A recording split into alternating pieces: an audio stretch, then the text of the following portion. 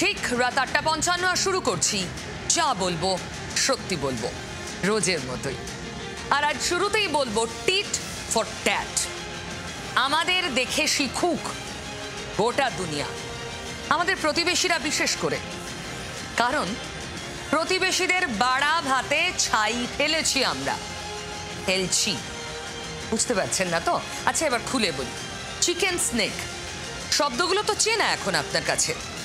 Chicken snake একটা নির্দিষ্ট location, জায়গা, যেটা নিরাপত্তার নিরিখে অত্যন্ত কৌশলী স্ট্র্যাটেজিক লোকেশন।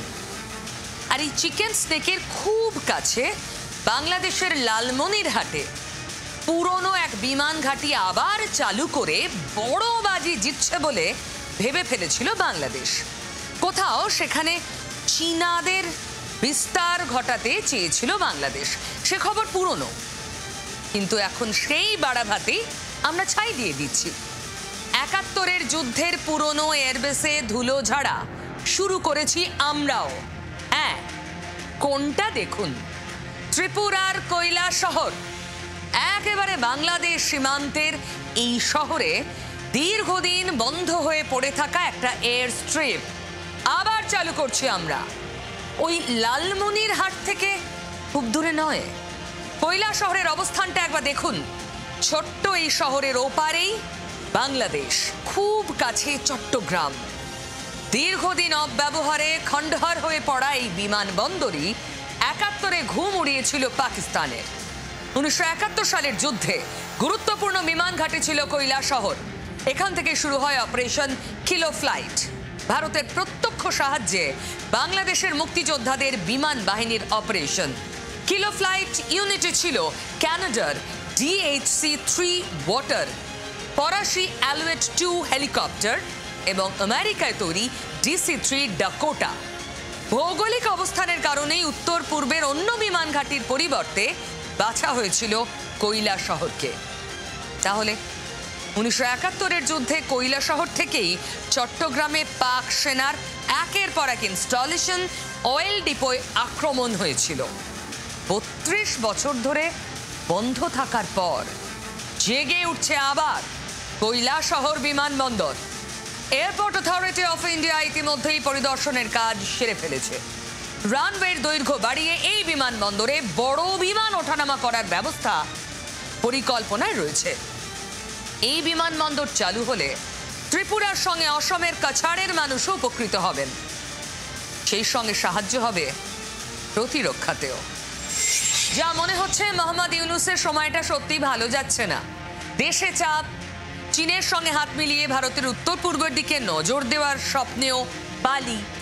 আমাদের দেশের শিলিগুড়ি করিডোর বা চিকেন স্নেকের খুব কাছে বাংলাদেশের লালমনিরহাটে দ্বিতীয় বিশ্বযুদ্ধে সময়ের সামরিক ঘাঁটি নতুন করে তৈরি করছে বাংলাদেশ। লালমনিরহাট বিমান ঘাঁটি থেকে ভারতের সীমান্ত মাত্র ২০ কিলোমিটার দূরে। আর এই পুনরুজ্জীবনের নেপথ্যে সেই চীন, যাদের নজরে শিলিগুড়ি করিডোর বা চিকেন স্নেক। প্রতিরক্ষার দিক থেকে ভারতের অত্যন্ত গুরুত্বপূর্ণ বিশেষ এই এলাকা, মুরগির গলার আকারের ওই এলাকা বলেই নাম চিকেন স্নেক। শিলিগুড়ি করিডোর, তার একপাশে নেপাল, যেখান থেকে উত্তরবঙ্গে ঢুকে পড়া খুব সহজ। একদিকে বাংলাদেশ, অন্যদিকে সিকিম, ভুটান, তার লাগোয়া চীন, আর অন্যদিকে নেপাল। গোটা উত্তর পূর্বের সঙ্গে বাকি দেশের যোগাযোগের পথ। তবে যে বাংলাদেশকে ঢাল করে চীন খেলতে নামছে, তাদের আছে এরকম দুটো চিকেন স্নেক। ম্যাপটা ভালো করে দেখুন। প্রথমটা উত্তর বাংলাদেশ করিডোর, দক্ষিণ দিনাজপুর থেকে দক্ষিণ পশ্চিম গারো হিলস পর্যন্ত এলাকা। এখানে কোনো গোলমাল মানে বাংলাদেশ থেকে বিচ্ছিন্ন হয়ে যাবে গোটা রংপুর। আর দ্বিতীয়টা এবং ভীষণ গুরুত্বপূর্ণ চট্টগ্রাম করিডোর। চট্টগ্রামের সঙ্গে বাকি বাংলাদেশের যোগাযোগ এই রাস্তায়। কৈলাসহরের একেবারে হাতের মধ্যে এই চট্টগ্রাম করিডোর। এই চট্টগ্রাম করিডোর হাতছাড়া হওয়া মানে বাংলাদেশের মূল ভূখণ্ডের সঙ্গে তাদের ব্যবসা বাণিজ্যের সম্পর্ক ছেদ। ইদানিং বারবার এই চট্টগ্রামেই পাকিস্তান চীনকে ইউনূস ডাকছেন, নজর রাখছে আমরা। তৈরি হচ্ছে তাই ১৯৭১ সালের পরীক্ষিত রানওয়ে বিমানবন্দর যে ৭১-এর ইতিহাস ভুলতে মরিয়া হয়ে ইউনূস পাকিস্তানের সঙ্গে হাত মেলানোর চেষ্টা করছে, সেই ইতিহাস খুম ওড়াবে এবার বাংলাদেশের। বুঝে গেছেন টিট ফর ট্যাট শুরুতেই কেন বললাম লালমনিরহাটের পাল্টা কৈলাসহর। তবে বাংলাদেশও তো অনেকটা পাকিস্তানের পথগামী, তাই তাদের নিয়েও আমাদের মাথা ব্যথা হচ্ছে। বেহায়া পাকিস্তান জঙ্গি তৈরির কারখানা, ইসলামাবাদের বন্ধু ঢাকাও এখন কোনো অংশে কম যাচ্ছে না। বাংলাদেশে অনুপ্রবেশ বরাবরই নয়াদিল্লির মাথা ব্যথার কারণ। মোহাম্মদ ইউনূসের আমলে ওপার বাংলায় বিরাজ্যই নৈরাজ্য। এই অবস্থায় রাজ্যে থাকা অবৈধ বাংলাদেশিদের বেছে বেছে পুশব্যাক শুরু করেছে ভারত। পুশব্যাক মানে বাংলাদেশি নাগরিক বাছো যারা অবৈধভাবে এখানে ঢুকেছে আর দেশে ফেরত পাঠাও, সেটাই পুশব্যাক। তার মধ্যেই অনুপ্রবেশের চেষ্টা কিন্তু জারি। পেহেলগাঁওয়ে সন্ত্রাসবাদী হামলার পাক চক্রান্ত এবং ভারতের প্রত্যাঘাতের পাল্টা পাকিস্তানের নির্লজ্জ আক্রমণের পর পাকিস্তানিদের ভিসা দেওয়া বন্ধ করে দিয়েছে ভারত। নৈরাজ্যের বাংলাদেশে হিন্দু নিধন, ওপার বাংলায় ভারত বিরোধী কার্যকলাপের জন্য বাংলাদেশিদের ভারতে ঢোকা নিষিদ্ধ করেছে ভারত। এই অবস্থায় অবৈধভাবে ভারতে ঢুকতে নতুন রুট বেছেছে অনুপ্রবেশকারীরা। কি সেটা? পাকিস্তান থেকে নেপাল হয়ে ভারত, বাংলাদেশ থেকে নেপাল হয়ে ভারত। নেপালকেই রুট হিসেবে ব্যবহার করছে অনুপ্রবেশকারীরা। সীমান্তে ফের বাংলাদেশিদের অনুপ্রবেশের চেষ্টা। এবার কোচবিহারের সিতাই সীমান্তে বাংলাদেশিরা ঢোকার চেষ্টা করে। ১৩ জন বাংলাদেশি অনুপ্রবেশের চেষ্টা করে, কিন্তু সীমান্তে বিএসএফ একদম সজাগ। ৭৮ ব্যাটালিয়নের সিতাই পদ্মা ক্যাম্পের বিএসএফ জওয়ানরা ওদের ঢুকতে দেয়নি। এপারে অনুপ্রবেশে বাধা পেয়ে ওরা ওপারে ঢুকতে যায়। বিজিবি তখন বাধা দেয়। বিজেপির বাধা পেয়ে সীমান্তের নোম্যান্স ল্যান্ডেই রয়েছে তারা। কোনোভাবেই যেন অনুপ্রবেশকারীরা ভারতের ভূখণ্ডে ঢুকতে না পারে, তাই সীমান্তে কড়া নিরাপত্তার বেষ্টনী তৈরি করেছে বিএসএফ। শিলিগুড়ির বাগডোগরা ব্যাংডুবি সেনা ছাউনি এলাকা থেকে এক বাংলাদেশি অনুপ্রবেশকারী গ্রেফতার হয়েছে। আজিমুল ইসলাম বাংলাদেশের দামালপুরের বাসিন্দা। ২০ দিন আগে নদী পেরিয়ে শিলিগুড়ি সীমান্তে ঢুকেছে। এর আগে গত ৯ মে এই এলাকা থেকে আর একজন বাংলাদেশি অনুপ্রবেশকারীকে গ্রেফতার করা হয়। উত্তর ২৪ পরগনার পানিহাটিতে ঘোলা থানার হাতে আটক হয়েছে ২ বাংলাদেশি অনুপ্রবেশকারী। মানে বাংলাদেশিরা চেষ্টা করেই যাচ্ছে ঠিক পাকিস্তানের মতো। সিজ ফায়ার চলছে, তাও লাগাতার এনকাউন্টার হচ্ছে আজও কিস্তওয়ারে। এর আগে ত্রাল, সোপিয়ান দেখেছি তো। সংঘর্ষ বিরতি চলাকালীনই তো ওখানে অনুপ্রবেশকারীরা ঢুকেছে জৈশ জঙ্গি, ঢুকেছে লস্কর জঙ্গি, যারা পাকিস্তানের মাটিতে বেড়ে ওঠে। বাংলাদেশ হুবহু পাক পথ ধরেছে। যার হাতে ১২০০ নিরীহ নাগরিকের রক্ত লেগে তাকে কি বলা যায়? যার ইন্ধনে শয়ে শয়ে মহিলা ধর্ষিত হয়েছেন তাকে কি বলা যায়? পাক সেনার হাত ধরে গণহত্যার অভিযোগ যার ঘাড়ে, সেই এটিএম আজহারুল ইসলামকে একজন দুর্বৃত্ত, যুদ্ধাপরাধী, জঙ্গি, খুনি, ধর্ষক ছাড়া আর কি বলা যায়? জামাতের সেই কুখ্যাত নেতা যার উপর মৃত্যুদণ্ডের খাড়া ঝুলছিল, সেই এটিএম আজহারুল মুক্তি পেল বাংলাদেশে। মৌলবাদী জামাত আর ইউনূস সরকারের উচ্ছ্বাস দেখার মতো। ৭১-এর দগদগে ক্ষত বুকে নিয়ে চলা দুই পাড়ের বাসিন্দাদের লজ্জার দিন আজ। লজ্জা পাও বাংলাদেশ, লজ্জা পাও। কৃতকর্মে এবার তো ফল ভুগতেই হবে।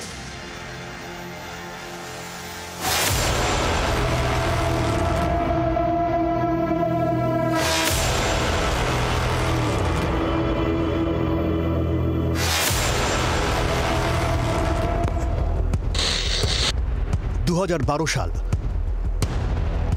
মগবাজারের বাড়ি থেকে গ্রেফতার করা হয়েছিল কুখ্যাত জামাতের নেতা এটিএম আজহারুল ইসলামকে। আজহারুলের বিরুদ্ধে যুদ্ধাপরাধের অভিযোগ ছিল। রংপুর গণহত্যায় নেতৃত্ব দেওয়ার অভিযোগ ছিল আজহারুলের বিরুদ্ধে। ২০১৪ সালের ৩০শে ডিসেম্বর আন্তর্জাতিক অপরাধ ট্রাইব্যুনালে আজহারুলকে মৃত্যুদণ্ড দেওয়া হয়।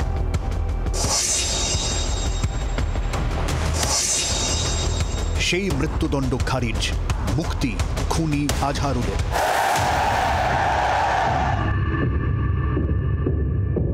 বুধবার সকাল 9টা নাগাদ ঢাকা কেন্দ্রীয় কারাগার থেকে বেরিয়ে এলো এই দৈত্য। মুক্তির আনন্দে তখন বাইরে ভিড় উগ্রপন্থীদের। মুক্তিযুদ্ধ বিরোধী জামাতি আল বদর নেতা আজহারুল বেরিয়ে এসে খুশিতে বলে উঠল, আমি এখন স্বাধীন। আসসালামু আলাইকুম ওয়া রাহমাতুল্লাহ। আপনারা কি সবাই ভালো আছেন? আলহামদুলিল্লাহ। আমি প্রায় 14 বছর কারাগারে থাকার পর আজকে সকালে মুক্ত হলাম। আমি এখন মুক্ত, আমি এখন স্বাধীন। এটিএমের মতো রাজাকার পাক সহযোগীর মুক্তিতে বাংলাদেশে দুটো ছবির কোলাজ তৈরি হয়ে গেল। যুদ্ধাপরাধীর হাতে ফুলের তোড়া আর মুক্তিযোদ্ধার গলায় জুতোর মালা। গত বছর ডিসেম্বরের ছবি। মুক্তিযোদ্ধা আব্দুল হাই কানুকে জুতোর মালা পরানো হয়েছিল এভাবে।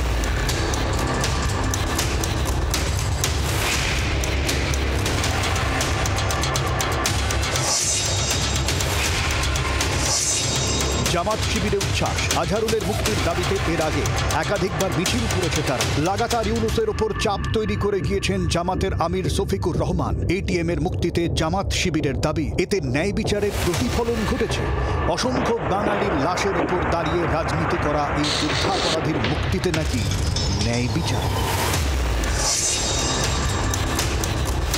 আজহারুলের মুক্তিতে আরও একবার স্পষ্ট হয়ে গেল কাদের কাঁধে ভর করে রেখে চলেছে ইউনূস সরকার। অবশ্য লুকোছাপা নেইও আর। আজহারুলের মুক্তিতে আইন উপদেষ্টা আসিফ নজরুলের পোস্ট, এই ন্যায় বিচার প্রতিষ্ঠিত হওয়ার সুযোগ সৃষ্টির কৃতিত্ব জুলাই গণ আন্দোলনের অকুতভয় নেতৃত্বে।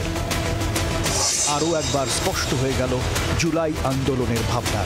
গণতন্ত্র নয়, পাকতন্ত্র, মৌলবাদকে ফিরিয়ে আনার লড়াই ছিল সে আন্দোলন। আরও একবার স্পষ্ট হয়ে গেল তা। এ লজ্জা কোথায় রাখবে বাংলাদেশ? জামাতের ইসলামী ছাত্র শিবির 71 সালে ওদের নাম ছিল ইসলামী ছাত্র সংঘ। এদের সদস্যদের নিয়েই তৈরি হয়েছে আল বদর। 77 সালে এই আল বদর ইসলামী ছাত্র শিবির নামে বৈধতা পায়। কিন্তু ততদিনে এরা পাকিস্তানের সেনার সঙ্গে হাত ধরাধরি করে কুকীর্তি চালিয়ে গেছে লাগাতার। মুক্তিযোদ্ধাদের বিরুদ্ধে পাক সেনার সঙ্গে হাতে হাত মিলিয়ে লড়ে গিয়েছিল এই আল বদর। এটিএম আজহারুল, মতিউর রহমান নিজামী, মীর কাসেম আলী, এরা সব বাংলাদেশের কুখ্যাত নেতা। বাংলাদেশের এক রোগের নাম আল বদর। আবার সেই রোগে জর্জরিত বাংলাদেশ।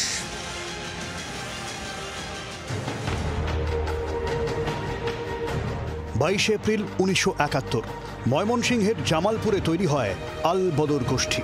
মোহাম্মদ আশরাফ হোসেন ছিল এর নেতা। কি কাজ ছিল এদের? জেনারেল নিয়াজির মদতে শুরু হয় আল বদরের। পাকিস্তানি সেনাবাহিনীর সহযোগী এরা। মুক্তিযোদ্ধা, বাঙালি হত্যা, নারী ধর্ষণ, একাধিক অভিযোগ আল বদরের বিরুদ্ধে। শিক্ষিত মানুষের তালিকা তৈরি করে এরা খুন খারাপি চালায়। বুদ্ধিজীবীদের অপহরণ করে লাগাতার খুন খারাপি আল বদরের দৌলতে। স্বাধীনতা যুদ্ধের সময় বিশেষ করে শেষের দিকে বহু হত্যাকাণ্ডের জন্য দায়ী করা হয় আল বদর বাহিনীকে। আল বদর বাহিনী পুরো সময় ধরে তাদের কাজকর্ম চালালেও মুক্তিযুদ্ধের শেষের দিকে পাকিস্তান সেনাবাহিনীর আত্মসমর্পণের দুদিন আগে বাংলাদেশের বুদ্ধিজীবীদের হত্যার পরিকল্পনা করে। মুক্তিযুদ্ধের পর আল বদর বাহিনীর অনেকেই পালিয়ে পাকিস্তান চলে যায়। শুধু আল বদরই নয়, তৈরি হয় রাজাকার বাহিনী, আল শামসের মতো গোষ্ঠী। 1947 সালে হায়দ্রাবাদের নিজাম তৈরি করে রাজাকার বাহিনী। ভারতের অংশ না হওয়ার চেষ্টায় এই রাজাকার বাহিনী তৈরি করেন তৎকালীন নিজাম। তার অনুপ্রেরণায় 71 সালে জামাতের মদতে পাক সেনা তৈরি করে রাজাকার বাহিনী। 71 সালের মে মাসে খুলনার আনসার ক্যাম্পে রাজাকার বাহিনীর প্রতিষ্ঠা হয়। এছাড়াও মতিউর রহমানের মতো অনেকে মিলে আল শামসের মতো গোষ্ঠীও তৈরি করে ফেলে পাক সেনার সহযোগিতায়। আজহারুলের মতো নেতারা এই সব গোষ্ঠীতে ঘুরে বেরিয়েছে, খুন ধর্ষণ চালিয়ে গিয়েছে অকাতরে। এই আল বদরের আজহারুলকে মুক্তি দিল বাংলাদেশ। ইতিহাসের প্রতি, পূর্বপুরুষের রক্তের প্রতি কতটা অবজ্ঞা থাকলে এই কাজ করা যায় তা ভেবে লজ্জিত বাংলাদেশের শিক্ষিত মানুষ। প্রতিবাদ দেশ জুড়ে, স্লোগান উঠছে, আতে আজাহার, তুই রাজাকার, তুই রাজাকার।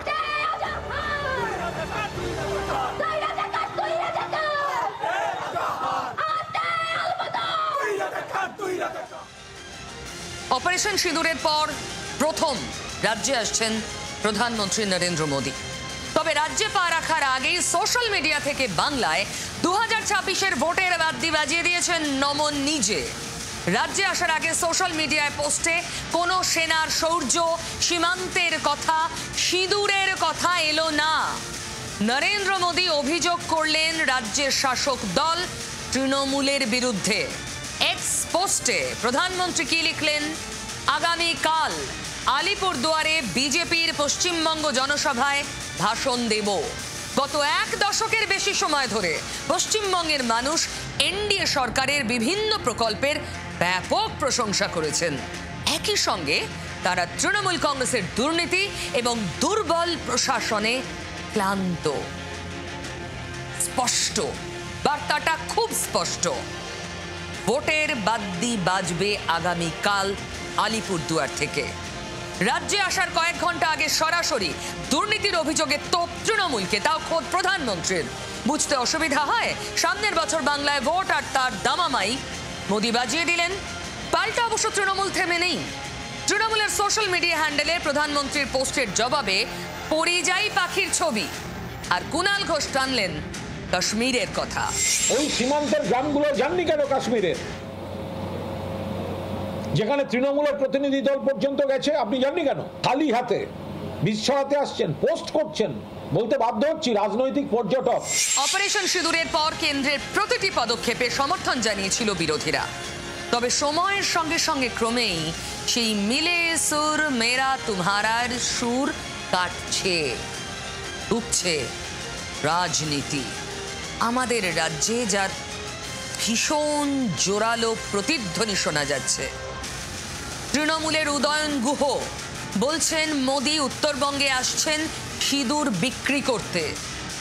তৃণমূলের হুমায়ুন কবির, তৃণমূলের সৌগত রায়, আর বিজেপি কাউন্টার কি বিজেপির? দেখুন, বাংলার রাজনীতিতেও লেগে গেল সিঁদুরের ছাপ। রাজস্থান থেকে গুজরাট, গত কয়েকদিনে একের পর এক সভায় প্রধানমন্ত্রী বলেছেন শুধুই সিঁদুরের কথা। मोदी की नसों में लहू नहीं, गरम सिंदूर बह रहा है। जब सिंदूर बारूद बन जाता है तो नतीजा क्या होता है?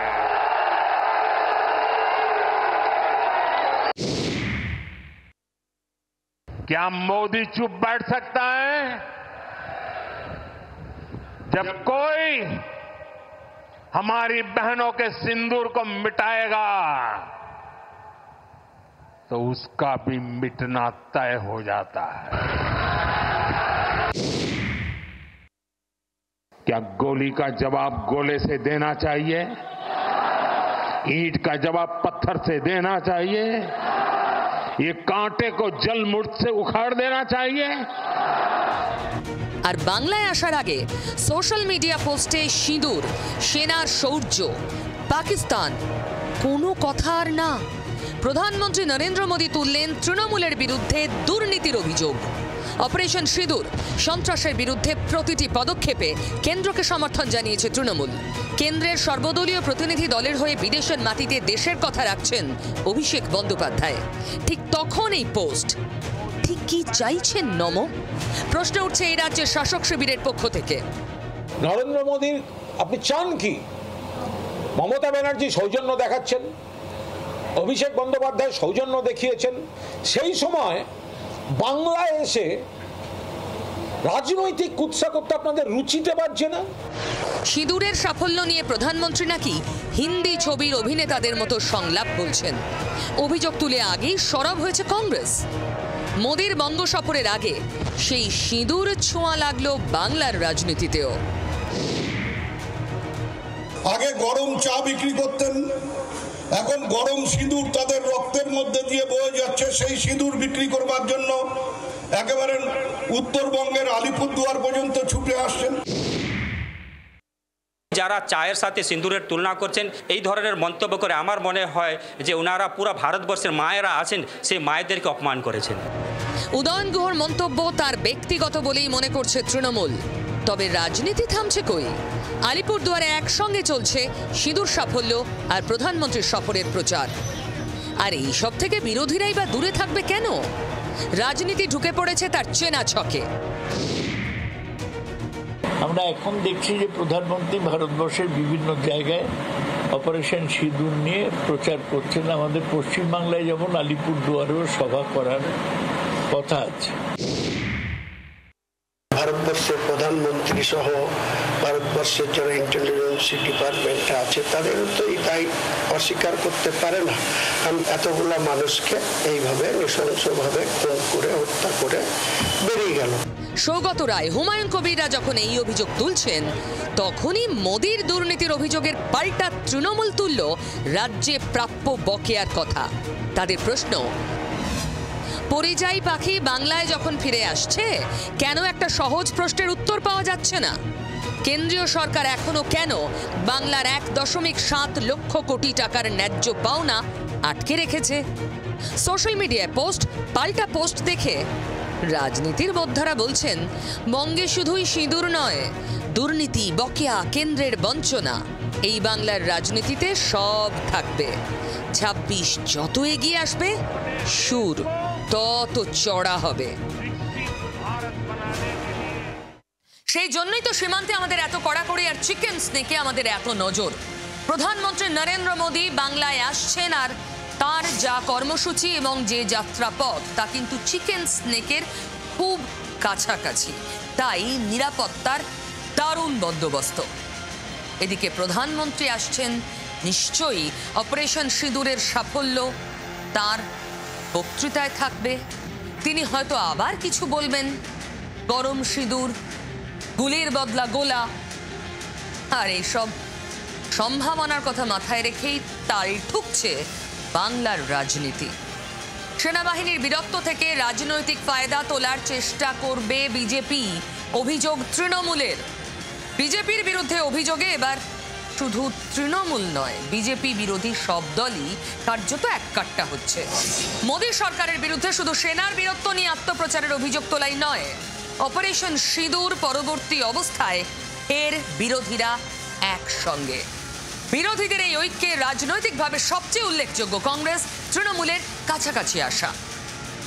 আগামী মাস অর্থাৎ জুনে সংসদের বিশেষ অধিবেশন ডাকার দাবিতে তৎপর, কেন্দ্রের উপর চাপ বাড়াতে তৎপর বিরোধীরা।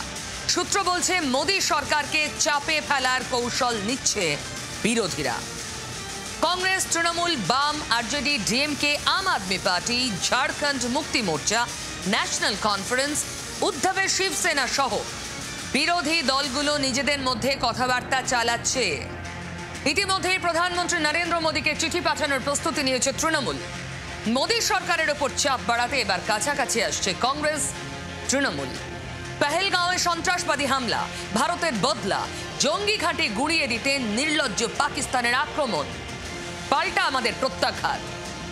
নিয়ন্ত্রণ রেখায় ভারত পাক উত্তেজনার পরিস্থিতি নিয়ে সংসদের বিশেষ অধিবেশন ডাকার দাবিতে কংগ্রেস, তৃণমূল দুই দলই সরব। We are now supporting the demand first made by independent member of parliament Mr. Kapil Sibal that there must be a special session of parliament. Lok Sabha ভোটের আগে বিজেপির বিরোধিতায় কেন্দ্রে ইন্ডিয়া জোট গড়লেও রাজ্যে রাজ্যে কংগ্রেসের সঙ্গে সমঝোতা হয়নি বিরোধী দলগুলোর অধিকাংশের। কংগ্রেস আর তৃণমূল তো তেল আর জলের পর্যায়ে ছিল 24-এর ভোটের সময়। কংগ্রেসের নেতৃত্বে মমতা, কেজরিওয়াল, অখিলেশের আপত্তি ছিল। লোকসভা ভোটে বাংলায় একলা চলে 29টি আসন জিতেছে তৃণমূল। খাতাই খুলতে পারেনি কংগ্রেস। শুধু তাই নয়, কেন্দ্রে জোট থাকলেও লোকসভা ভোটের প্রচারে রাজ্যে কংগ্রেসকে নিশানা করতে ছাড়েননি মমতা বন্দ্যোপাধ্যায়। এটা মনে রাখবেন, বাংলায় আমরা একা চলছি, একাই চলবো এবং একা চলেই বিজেপিকে আমরা ফিরিয়ে দেবো, বিদায় দেবো, এটা আমার বিশ্বাস আছে। পাল্টা প্রদেশ কংগ্রেসও তখন আক্রমণ করেছিল মমতা বন্দ্যোপাধ্যায়কে, করেছিলেন তৎকালীন প্রদেশ সভাপতি অধীর চৌধুরী। জানে আমার খোকাবাবু যে পরিমাণ লুট করেছে, আমার ঘরে যে পরিমাণ কালো টাকা আছে, ইডি সিবিআই মোদি লাগালে আমার জীবনে বিপদ আসবে, তাই আগেভাগে ইন্ডিয়া জোট ছেড়ে মোদির জোটে সামিল হয়ে মোদিকে খুশি করতে লেগে গেছে। আর সম্প্রতি সংশোধিত ওয়াক অফ আইনের প্রতিবাদকে ঘিরেও মুর্শিদাবাদে অশান্তির ঘটনায় কংগ্রেসকে নিশানা করেছিলেন মুখ্যমন্ত্রী। মুর্শিদাবাদ সিট নয়, ওটা মালদা সিট। যেখানে গন্ডগোল হয়েছে মালদা সিট, ওটা কংগ্রেসের জেতা আসন। জেতবার সময় তারা জিতবে, আর দাঙ্গা হলে তখন রাস্তায় বেরোবে না, কন্ট্রোল করবে না, এটুকু আশা আমি করি না। গত অধিবেশনে বিভিন্ন ইস্যুতে সংসদে কংগ্রেসের বিপরীতে হেঁটেছে তৃণমূল। অপারেশন সিঁদুরের পর এবার কাছাকাছি কংগ্রেস তৃণমূল, মানে সিঁদুর মিলিয়ে দিল। কংগ্রেস তৃণমূল কাছাকাছি আসায় ফের ইন্ডি জোট ঐক্যবদ্ধ হবে। দেখুন, অপারেশন সিঁদুরের পরে প্রথম বাংলায় আসছেন নরেন্দ্র মোদী। তার সভা, তার যাত্রাপথ চিকেন স্নেক লাগোয়া অঞ্চলে, ফলে নিরাপত্তার বজ্র আঁটুনি থাকছে। কিন্তু নিরাপত্তার সঙ্গে সঙ্গে খুব ছোড়ো ব্যাটিং করবে রাজনীতি, এ বিষয়ে কোনো সন্দেহ নেই। কংগ্রেসে অলরেডি গৃহযুদ্ধ, কেন্দ্রকে কতটা সমর্থন করা যায় তা নিয়ে ঘরেই শোরগোল। গত কদিন ধরে প্রধানমন্ত্রীর বিরুদ্ধে সেনার সাফল্য নিজের দিকে টানার অভিযোগ তুলছে কংগ্রেস। আর সেই দলের নেতা হয়ে বিদেশের মাটিতে দাঁড়িয়ে মোদির প্রশংসা Shashi থারুরের। Our Prime Minister has made it very clear. Operation Sindoor was necessary because these terrorists came and wiped the Sindoor off the foreheads of 26 women. Tharoor শুধু মোদির নাম মুখে এনেছিলেন, ব্যাস তাতেই গরম তেলে ফোড়ন। থারুরকে বিজেপির সুপার স্পোক্স পারসন বলে বসলেন कांग्रेसेरी नेता उदित राज। थरूर जी बीजेपी के सुपर प्रवक्ता हैं जो बीजेपी के लोग नहीं कह पा रहे हैं। मोदी जी की चमचागिरी या मोदी जी का गुणगान जितना वो नहीं कर पा रहे हैं तो बीजेपी के लोग उससे ज्यादा शशि थरूर कर रहे हैं। भाबुन कांड विदेशेर माटीते देशेर होये बोलছেন एक सांसद, সেখানেও রাজনীতি। অথচ ভেবে দেখুন পহেলগাঁও হামলা অপারেশন সিঁদুরের পর ছবিটা একদম উল্টো ছিল। সবাই কেমন এক সুরে কথা বলছিলেন। সর্বদলীয় প্রতিনিধি দলের হয়ে এই মুহূর্তে বিদেশ সফরে আছেন তিরুবনন্তপুরমের সাংসদ। এখানেই সার্জিক্যাল স্ট্রাইকের কথা বলেন তিনি। দেশে থারুরের বক্তব্য পৌঁছতেই সার্জিক্যাল স্ট্রাইক শুরু করে দিয়েছেন হাত শিবিরের নেতারা। এক্সপোস্ট করছেন থারুরকে ইউপিএ জমানার স্ট্রাইকের কথা মনে করাচ্ছেন দলের নেতা পবন খেরা। ভাবুন, আসলে শশী থারুরের প্রতিনিধিত্বই তো পছন্দ ছিল না কংগ্রেসের। বিজেপি তো তাকে বেঁচেছে, মানে বিজেপি চালিত কেন্দ্রের সরকার, আর তাই কংগ্রেস কিছুতেই মেনে নিতে পারছে না, ফলত বিরোধিতা। For the first time, India breached the line of control between India and Pakistan to conduct a surgical strike on a terror base, a launch pad, the Uri strike in September 2015. Congress মারামারি করলেও কিন্তু এই একটা ব্যাপারে তৃণমূল পাক্কা বিচক্ষণতার পরিচয় দিচ্ছে। দেখুন, রাজনীতি ঘরের মাঠে হবে, ভোট আসছে, রাজনীতির সুর চড়াতেও হবে, কিন্তু বিদেশে যখন প্রতিনিধি হয়ে বাংলার অভিষেক গিয়েছেন সেখানে সর্বতোভাবে পাকিস্তান বিরোধিতা এবং দেশের স্বার্থ রক্ষার কাজটি করে চলেছেন অভিষেক বন্দ্যোপাধ্যায়। এখন তিনি সিঙ্গাপুরে, একই রকম পাকিস্তান তোপ সেখানেও। যে ভাষা পাকিস্তান বোঝে সেই ভাষাতেই জবাব দিতে হবে। পাকিস্তানে সব সন্ত্রাসবাদী পাওয়া যায়, ওসামা বিন লাদেনকেও পাকিস্তানে পাওয়া গিয়েছিল। পাকিস্তান বরাবরই জঙ্গিদের আশ্রয় রক্ষা দেয়। প্রবাসী ভারতীয়দের সম্মেলনে আক্রমণ করলেন অভিষেক। পাকিস্তানের মুখোশ খুলতে বিদেশ সফরে গিয়েছে ভারতের সাংসদ প্রতিনিধি দল। টোকিও, সিওলের পর সিঙ্গাপুরে ভারতের একটি দল। এই দলেই রয়েছেন তৃণমূল সাংসদ অভিষেক বন্দ্যোপাধ্যায়। সিঙ্গাপুরের পর জাকার্তা পৌঁছেছে প্রতিনিধি দল। কেউ আসাম থেকে, কেউ ইধার থেকে, কেউ উধার থেকে বিভিন্ন এলাকায় ঢুকছে। ঢুকে এমনকি আমাদের সমর্থকের কাছেও তার নাম্বার, তার প্যান কার্ড নাম্বার, তার আধার কার্ড নাম্বার, তার ফোন নাম্বার, সে কি করে তার ডিটেলস নিয়ে চলে যাচ্ছে অফিসারদেরও। আমাদের দেশের সীমান্ত এলাকা জুড়ে এখন কড়া নজরদারি চলছে। বাংলাদেশিদের খুঁজে খুঁজে ফেরত পাঠানোর কাজ চলছে। বিএসএফ আটকে দিয়েছে কোচবিহারের সীমান্তে বেশ কিছু বাংলাদেশি নাগরিককে। তবে এসব নিয়ে বেশ কিছুদিন আগেই সতর্ক করেছিলেন মমতা বন্দ্যোপাধ্যায়, যে এক্ষুনি শুনলেন।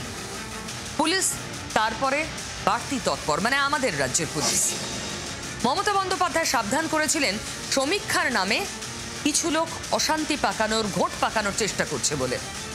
পুলিশ যখন আসরে নামে আসলে কি হচ্ছে দেখতে, তখন দেখা যায় সমীক্ষার নামে আসলে তথ্য চুরির অভিযোগ সামনে আসছে। জেলায় জেলায় ধরপাকড়ও শুরু হয়েছে। পশ্চিম মেদিনীপুরের চন্দ্রকোনায় পুলিশের জালে 2 মহিলা সহ 9 জন ধরা পড়েছে বুধবার। চন্দ্রকোনা থানার পুলিশের কাছে গত কদিন ধরে খবর ছিল বাড়ি বাড়ি গিয়ে সাধারণ মানুষের বিভিন্ন তথ্য সংগ্রহ করছে এক ভুয়ো সমীক্ষক দল। আজকে জাস্ট আমরা পেয়েছি, দুপুরে একটা খবর পেয়েছিল যে কিছু ওখানকার মানুষ কমপ্লেন করেছে কি কিছু বাইরের লোক এখানে এসে কিছু সার্ভে করছে, কিছু ডাটা কালেক্ট করছে। গোপন সূত্রে খবর পেয়ে প্রথমে 3 জনকে গ্রেফতার করে পুলিশ। ধৃতদের জিজ্ঞাসাবাদ করা হয়, তারপর অভিযান চালিয়ে আরও 6 জনকে ধরা হয়। ধৃতদের থেকে একটা গাড়িও বাজেয়াপ্ত হয়েছে, 9টা মোবাইল এবং অনেকগুলো ভুয়ো পরিচয়পত্র। তদন্তকারীরা বলছেন বাড়ি বাড়ি গিয়ে বহু মানুষের থেকে পরিচয়পত্র, গোপন তথ্য এই ধৃতরা সংগ্রহ করেছে। পুলিশের সূত্রে খবর, ওই টিম হরিয়ানার গুরগাঁওয়ের ডিপ লেন্স রিসার্চ কোম্পানির হয়ে সমীক্ষা করছিল। ধৃতদের বিরুদ্ধে ভুয়ো পরিচয়পত্র দিয়ে মানুষকে প্রতারণা সহ একাধিক ধারায় মামলা রুজু করেছে পুলিশ। জলপাইগুড়িতেও 8 জনকে পুলিশ ধরেছে। অচেনা কিছু যুবক বাড়ি বাড়ি ঘুরছিলেন আর ব্যক্তিগত তথ্য সংগ্রহ করছিলেন সার্ভে করার নামে। গ্রামবাসীদের সন্দেহ হয়, তারাই জলপাইগুড়ির কোতোয়ালি থানায় খবর দেন। খবর পেয়ে স্থানীয় খড়িয়া গ্রাম পঞ্চায়েত এলাকায় গিয়ে অচেনা যুবকদের আটক করে পুলিশ। ধৃতদের লাগাতার জেরা চলছে। ওরা ঠিক কি কাজ করতে, কারা ওদের পাঠিয়েছে, কি ধরনের তথ্য ওরা সংগ্রহ করেছে আর কেন, সবচেয়ে বড় কথা কেন, কি কাজে লাগবে এই তথ্য, সবটা জানার চেষ্টা করছে পুলিশ। আমরা ইনকোয়ারি করছি, কি ডিটেইলস পাওয়া যায়, তারপরে আইনগত ম্যাচে সবাই দেখা হচ্ছে। কিন্তু জাস্ট আজকে ওরা কাজ শুরু করেছিল, তো কি প্রসেস আছে, কিভাবে ওনার রিক্রুটমেন্ট হয়েছিল, কি এরকম ছিল, সবটা দেখা হবে। দেখুন, একটা গোটা বছরও বাকি নেই ভোট আসতে। এই বাংলায় ভোটের আগে এই ধরনের সমীক্ষক, যারা মূলত ভুয়ো বলে পুলিশ বলছে, বিপজ্জনক বাংলার নিরাপত্তার জন্য, বাংলার মানুষের জন্য। 26-এর আগে বাংলার ভোটার তালিকায় বাইরের রাজ্যের বাসিন্দাদের নাম তোলার অভিযোগ অনেক দিন ধরে করেছে তৃণমূল। এই সমীক্ষা কি সেরকমই কোনো একটা বড় ক্যানভাসের ছোট অংশ? মুখ্যমন্ত্রীর সতর্কবার্তা এবং সমীক্ষার নামে তথ্য চুরির অভিযোগে জেলায় জেলায় গ্রেফতারি খুব তাৎপর্যপূর্ণ, কিন্তু এর সঙ্গে রাজনীতিও জড়িয়ে রয়েছে। বাইরের লোকের নাম ঢোকাবে আর ইলেকশন কমিশন ইলেকশন করবে, সেন্ট্রাল ফোর্স দিয়ে তারা গার্ড দেবে, আর বাইরের লোকেরা এসে যারা বাংলার লোক নয়, বাংলার ভোটার নয়, তারা এসে ভোট দেবে। মানে মোদ্দা কথা হলো, এখন আপনার আশপাশে অচেনা লোক থাকতেই পারে, বা হয়তো আপনার বাড়ির কলিং বেল কোনো অচেনা লোক বা একদল লোক বাজালেন, তারপর তারা বললেন তারা সমীক্ষক, তারা সমীক্ষা করতে এসেছেন ভোটের আগে এবং আপনার থেকে কিছু তথ্য নিলেন। হতেই পারে সেটা আপনার জন্য বিপজ্জনক, পুলিশ তাই বলছে। কারণ এই সমীক্ষকদের অনেকেই গ্রেফতার হয়েছে যারা আসলে ভুয়ো সমীক্ষক, পুলিশের দাবি। ফলে পুলিশ নিজের কাজ করুক, আপনি সাবধান থাকুন। আমি যা বলি সত্যি বলি, আর তাই আপনাকে সাবধান করার কাজটাও এই ফাঁকে সেরে নিলাম। বাংলা জুড়ে বিভিন্ন জায়গায় তার মানে ফলস সার্ভে হচ্ছে। বিশেষ করে সীমান্তবর্তী এলাকায় পুলিশ অত্যন্ত সচেতন হয়ে রয়েছে। আমাদের গোটা দেশের সীমান্ত এলাকাতেও কিন্তু ভীষণভাবে সতর্ক হয়ে রয়েছে দেশের নিরাপত্তারক্ষী বিভিন্ন বাহিনী। বিশেষ করে পেহেলগাঁও হামলার পরপরই আশঙ্কা ঘনাচ্ছিল যে পাকিস্তান আর কি করবে, পাকিস্তান আর কি করতে পারে। আর আমরা তৈরি হচ্ছিলাম প্রত্যাঘাতের জন্য। মনে আছে আপনাদের? প্রত্যাঘাত হওয়ার ঠিক 1-2 দিন আগেই ভয়ঙ্কর রকমের সীমান্তবর্তী এলাকায় নজরদারি বেড়েছিল। আর প্রত্যাঘাতের ঠিক আগের রাতে, আগের সন্ধে দেশের সমস্ত সীমান্তবর্তী রাজ্যগুলোতে মক ড্রিল হয়েছিল। গোটা দেশের মানুষকে বলা হয়েছিল, গোটা দেশের সমস্ত রাজ্যকে কেন্দ্র বলেছিল এই মক ড্রিল অ্যারেঞ্জ করতে। তারপরে আমরা দেখলাম অপারেশন সিঁদুর। কেন বলছি জানেন? আবার একটা মক ড্রিল বৃহস্পতিবার, একদম সময় নির্ঘণ্ট দিয়ে আরও একটা মক ড্রিল, মানে যুদ্ধের মহড়া আমরা দেখতে চলেছি বৃহস্পতিবার। প্রশ্ন এখানেই, ওই মক ড্রিলের পরে অপারেশন সিঁদুর ছিল, এই মক ড্রিল কেন? বৃহস্পতি সন্ধে মহড়ার সিদ্ধান্ত নিয়েছে কেন্দ্র। শুধু তাই নয়, পাকিস্তান লাগোয়া 4 রাজ্যেই মক ড্রিল হবে। কি এমন ঘটলো যে আচমকা আর একটা মক ড্রিল, এত তৎপরতা? তবে কি আবার কোনো বড় পদক্ষেপের প্রস্তুতি? অপারেশন সিঁদুর এখনো চলছে। হ্যাঁ, বিদেশ মন্ত্রক তো বলেছিল অপারেশন সিঁদুর ইজ অন। তাই কি মহড়া? মক ড্রিলের ঘোষণার পরেই গুঞ্জন দেশ জুড়ে। হামলার ঘা এখনো শুকোয়নি পাকিস্তানের। তাদের ঘুম ছুটিয়ে ফের বড় প্রস্তুতি ভারতের।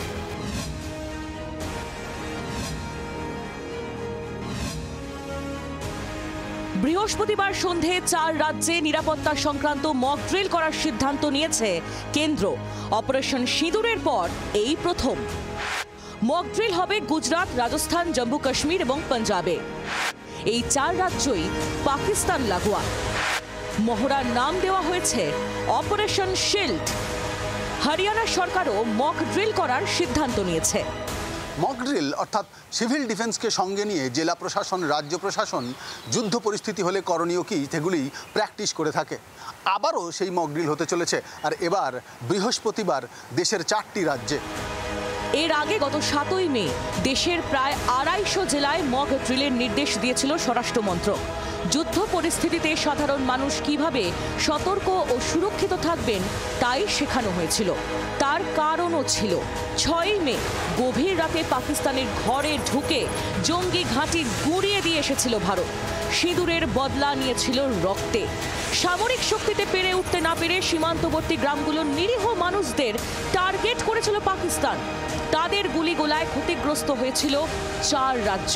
সেখানেই এবার মক ড্রিলের সিদ্ধান্ত। আর এই মক ড্রিল যখন হচ্ছে তখন 2 দেশের মধ্যে রীতিমতো সিজ ফায়ার চলছে, অর্থাৎ সংঘর্ষ বিরতি চলছে। সংঘর্ষ বিরতি চলাকালীন কেন মক ড্রিল, তার থেকেই স্পষ্ট যে ভারত পাকিস্তানের যে কোনো বেয়াদবির জবাব দেওয়ার জন্য প্রস্তুত। এটি বোঝাতেই এই মক ড্রিল এবং প্রস্তুতি রাখতেই মক ড্রিল। এই মক ড্রিলটাকে দুটো তাৎপর্য, একটা হচ্ছে যে বিপদ কাটেনি, নয়তো মক ড্রিল করার কথা বলা হতো না। আদারওয়াইজ ইন্ডিয়া আর একটা অ্যাটাকের পরিকল্পনা করছে, এবং যেটা করা স্বাভাবিক। যতই দেখা হোক পাকিস্তানি সিজফায়ার হওয়ার পরেও তারা ভায়োলেট করে, যেটা আমাদের মাননীয় প্রধানমন্ত্রী বলেছিলেন যে এরকম কিছু হলে তার সর্বোচ্চ সামরিক প্রত্যাঘাত করা হবে, এবং আমাদের মিলিটারি লিডারশিপ এটা বলেছিলেন যে পাকিস্তানকে আমরা রক্তাক্ত করে দেবো। তো অবভিয়াসলি সেই অনুযায়ী আমার মনে হয় মক ড্রিলটা হচ্ছে। সম্প্রতি একাধিক সভায় পাকিস্তানকে হুঁশিয়ারি দিতে দেখা গিয়েছে প্রধানমন্ত্রীকে। স্পষ্ট করে দেওয়া হয়েছে, শান্তি চাইলে শান্তি, যুদ্ধ চাইলে যুদ্ধ। এখন পাকিস্তান বেছে নিক কোন পথে যাবে। ভারত কিন্তু প্রস্তুত।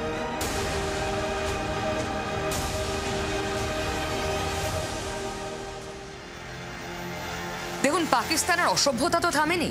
কিস্তওয়ারে এনকাউন্টার চলছেই। হ্যাঁ, বুধবারও চলেছে। আমরা এর আগে ট্রাল দেখেছি, সোপিয়ান দেখেছি।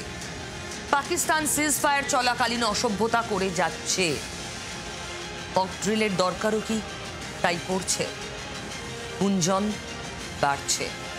ও, গুঞ্জন বলতে মনে পড়লো, গুঞ্জন তো এদিকেও বাড়ছে আমাদের বাংলায়। ওই যে বাংলার হুমায়ুন কবির, তিনি নাকি দল পাল্টাচ্ছেন, এমনই গুঞ্জন। তিনি কি কংগ্রেসে ফিরছেন, এমনই গুঞ্জন। আর এই গুঞ্জনটা বাড়াচ্ছেন, মানে গুঞ্জনের আগুনে হাওয়া দিয়ে দিয়ে সেটাকে আরো বাড়াচ্ছেন হুমায়ুন নিজে, যার ফলে বেড়ে যাচ্ছে তৃণমূলের বিড়ম্বনাও। তিনি প্রকাশ্যে আলটপকা মন্তব্য করার জন্য ইতিমধ্যেই প্রসিদ্ধ হয়েছেন। তো এবার তিনি সরাসরি সরকার বিরোধী কথা বলছেন। বেফাস মন্তব্য একরকম, ভেবে চিনতে অঙ্ক কষে সরকার বিরোধী মন্তব্য করছেন তৃণমূলের ভরতপুরের বিধায়ক হুমায়ুন কবির। ওদের দলের যে কটা মুসলমান এমএলএ জিতে আসবে, বিজেপি সরকারে আসবে, ট্যাঙ্গলা করে তুলে রাস্তায় ফেলবো। আপনি 72 ঘন্টার মধ্যেই কথা প্রত্যাহার না করলে এই 42 জন এমএলএ আপনাকেই বিধানসভার ভেতরে আপনার যে ঘর সেই ঘরের বাইরে আপনাকে আমরা বুঝে নেব। কিসের অঙ্ক? সেটাই তো বোঝার চেষ্টা করছি। অঙ্কটা কি? ওই চ্যাংদোলা বনাম ঠুসে দেবর পর্বে তিনি অনেক কথা বলেছেন, হাওয়া গরম করা কথা। তিনি বলেছেন তার জাতিসত্তা আগে, তারপরে দল। বেশ, বুঝলাম। তিনি সংখ্যালঘু সেন্টিমেন্টটাকে ধরে রাখতে চান, কারণ তিনি সংখ্যালঘু মুখ এবং তার এলাকায় সেটাই তার পুঁজি, ভোট পাওয়ার। বুঝলাম। কিন্তু এই যে তিনি এখন বারবার বলছেন সরকারকে বিপদে ফেলার মতো কথা, শাসক শিবিরকে বিপদে ফেলার মতো কথা, তাকে শোকজ করেও মুখ বন্ধ করা যাচ্ছে না, তিনি থামছেন না কেন? আমাদের কথাটা যেন জেলা প্রশাসনের কাছেও গুরুত্বহীন। তিনি মুখ খুললেই বিস্ফোরণ। তার মন্তব্য মানেই অস্বস্তিতে পড়ে তৃণমূল। ফের বিস্ফোরক হুমায়ুন কবির। জি24 ঘন্টা এক্সক্লুসিভ ভরতপুরের তৃণমূল বিধায়ক দলের পাশাপাশি সরকার এবং প্রশাসনকেও বিড়ম্বনায় ফেললেন।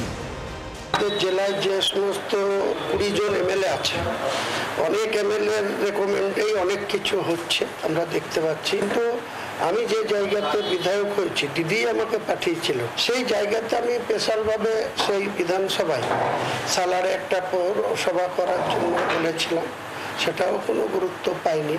লোহাদাঘাটের ব্রিজটা বারবার বলেছি, আজও পর্যন্ত সেখানে কোনো ফান্ড দেওয়া হয়নি। ঘাসফুলে দীর্ঘদিন ধরেই বেসুরো হুমায়ুন। লোকসভা ভোটে বহরমপুরে প্রাক্তন ক্রিকেটার ইউসুফ পাঠানকে প্রার্থী করার বিরোধিতায় প্রকাশ্যে দলের বিরুদ্ধে মুখ খুলেছিলেন তিনি। এই অধীর চৌধুরীকে কোনো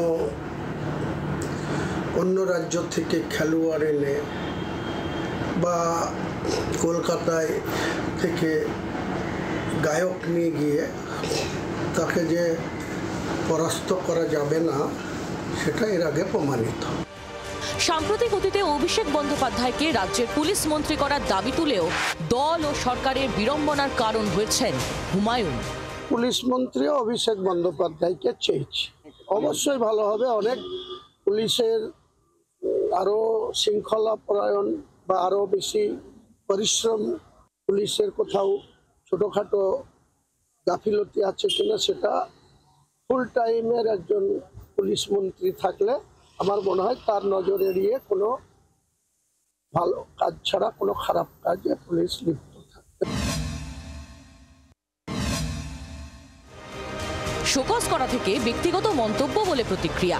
অতীতে হুমায়ুনের মন্তব্যের দায় তার ঘাড়ে দিয়ে ভরতপুরের বিধায়কের থেকে দূরত্ব তৈরি করেছে তৃণমূল। এবার ক্যালেন্ডারে অনেক মাস আছে, প্রত্যেক মাসে 30টা 31টা করে দিন আছে। উনি একটা দিনক্ষণ বুঝে করবেন, আমি এ ব্যাপারে কোনো মন্তব্য করব না।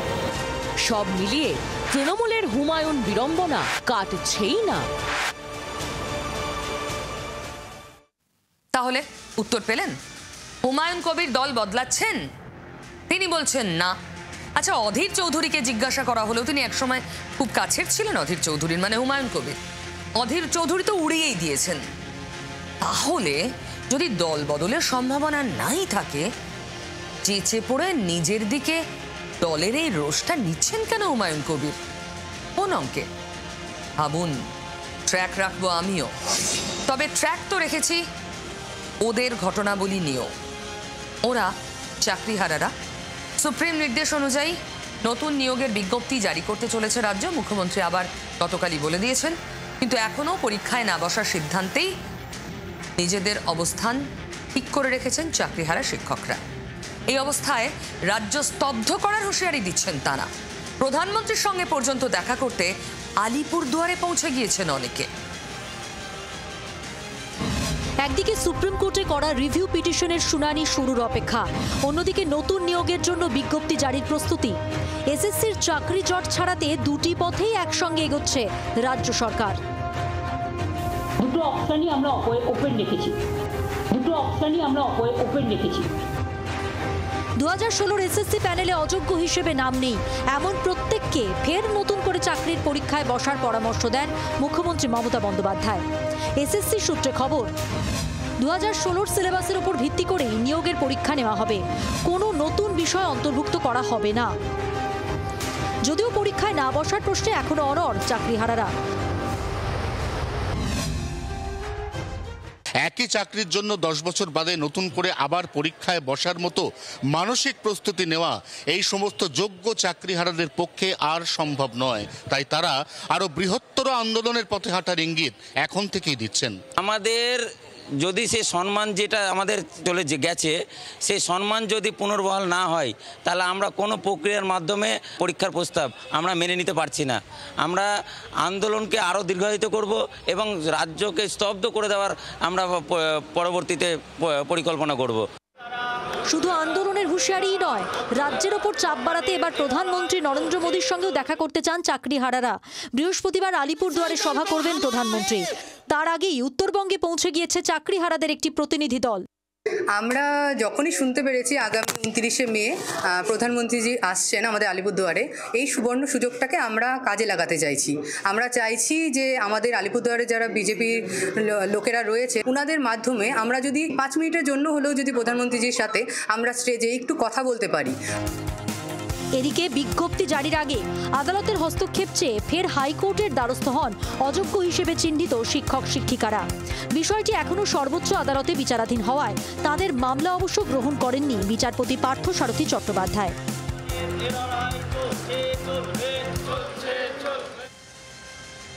শুধু প্রধানমন্ত্রীর সঙ্গে দেখা করতে যাওয়াই নয়, আবার হাইকোর্টে ছুটেছেন চাকরিহারা শিক্ষকরা, আন্দোলনকারীরা। নতুন করে পরীক্ষা নেওয়ার বিজ্ঞপ্তি জারি হবে 30শে মে। গতকাল সাংবাদিক বৈঠকে মুখ্যমন্ত্রী বলেছেন, আর এই অবস্থায় আদালতের হস্তক্ষেপ চান তারা, তাই আবার হাইকোর্টে। বিচারপতি পার্থসারথী চট্টোপাধ্যায় দৃষ্টি আকর্ষণ করেছেন, কিন্তু মামলা গ্রহণ করেননি বিচারপতি। ঐতিহ্যে চিড় যদি বলি খুব কি বেশি বলা হবে? মনে হয় না। দেখুন, ক্লাবের লেগাসি বহু বছরের, আর তার সঙ্গে জড়িয়ে রয়েছে এই পরিবার। আমি বলছি মোহনবাগান ক্লাবের কথা। মোহনবাগান নামের সঙ্গেই তো বেগ জড়িয়ে রয়েছে। অনেকের কাছেই এটা মনের বাগান, মন বাগান। আর সেই মন বাগানের সঙ্গে বসু পরিবারের সখ্য কতদিনের বলুন তো? এইবার এমন কি হলো মন বাগান পেতে বসু পরিবারে ফাটল ধরলো, ভাইয়ে ভাইয়ে অশান্তি শুরু হলো? বুঝতে পারছেন কি বলছি?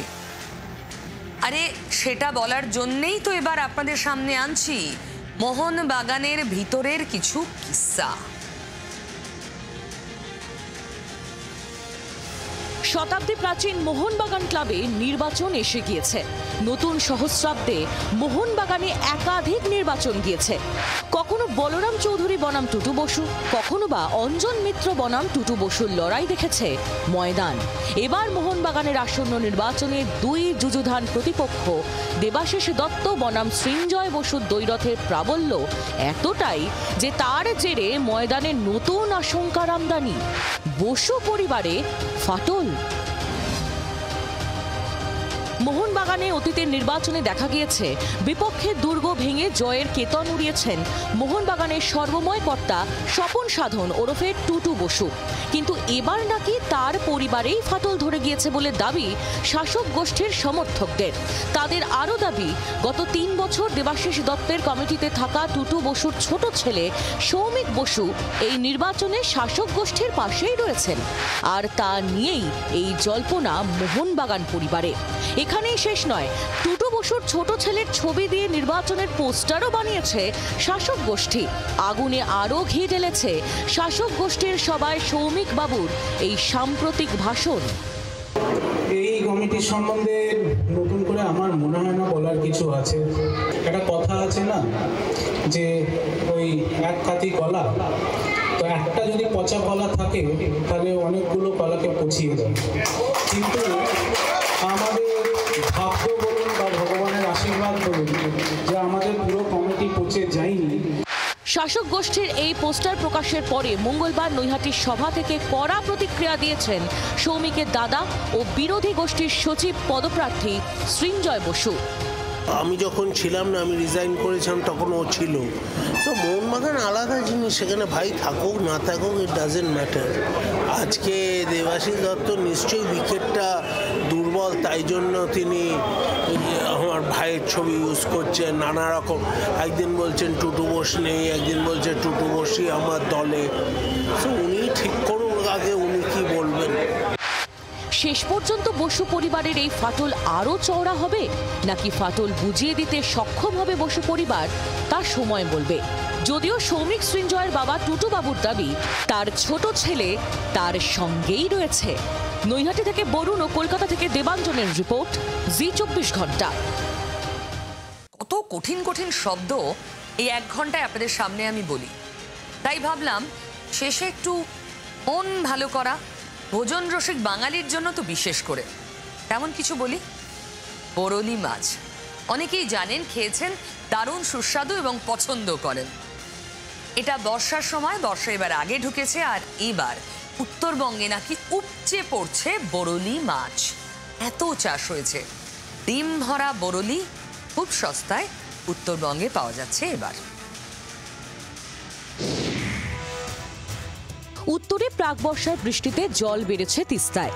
স্রোতের টানে নদীর নিম্ন অববাহিকায় চলে এসেছে বরলি। শীতের আগে পর্যন্ত ভালো মাত্রায় দেখা মিলবে তাদের।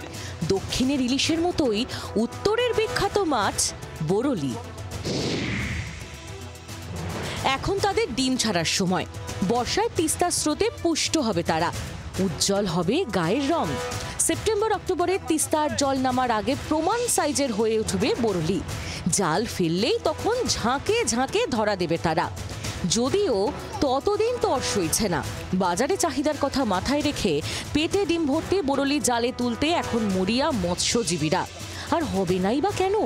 বাজারে তিস্তার একটু বড় সাইজের বরলির দামই উঠেছে 1000 টাকা কেজি।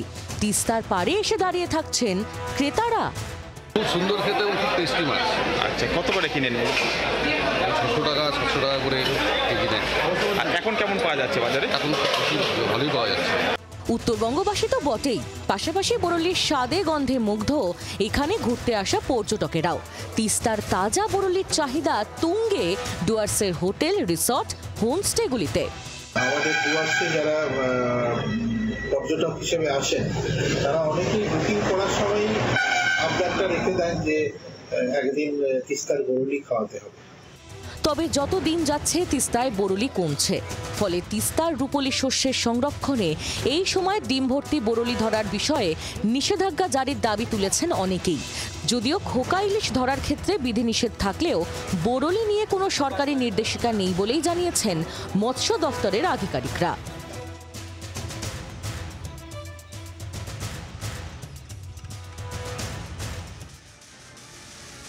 প্রতিদিন রাত 8:55, যা বলি সত্যি বলি, যা বলবো সত্যি বলবো, কাউকে পরোয়া না করে। দেখতে থাকুন, সঙ্গে থাকুন।